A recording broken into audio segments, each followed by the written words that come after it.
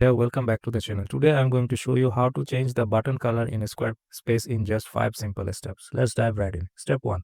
Access site styles. First log into your Squarespace dashboard and head over to the design tab. Look for site style in the top right corner of your page. This is where all the magic happens. Step 2. Customize your buttons. Once you are in the site style, scroll down to the button section.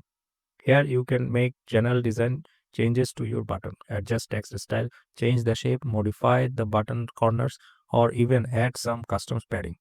At the bottom of this menu, you will see option to apply these changes site-wide to all your buttons or reset them if needed. Step 3. Edit color theme. Next, let's adjust the button color. Stay in site style and locate the color section. Scroll down until you find the button option.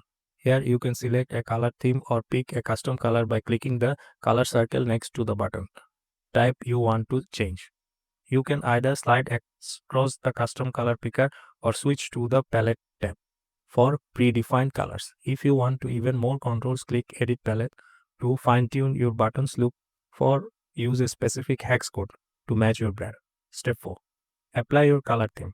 Now that you have set up your preferred button colors, it's time to apply them.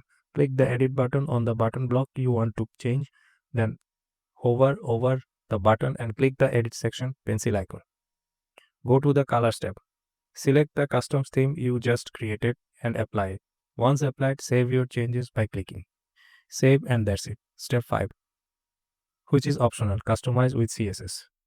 Want even more customization? Squarespace allows you to use custom CSS to tweak your button further.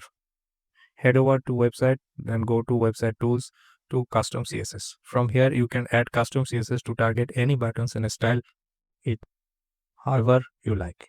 And that's all for today. Now you know how to change button colors in Squarespace. If you enjoyed this video, don't forget to give it a thumbs up and subscribe to the channel for more tech tips. Catch you in the next video. Bye.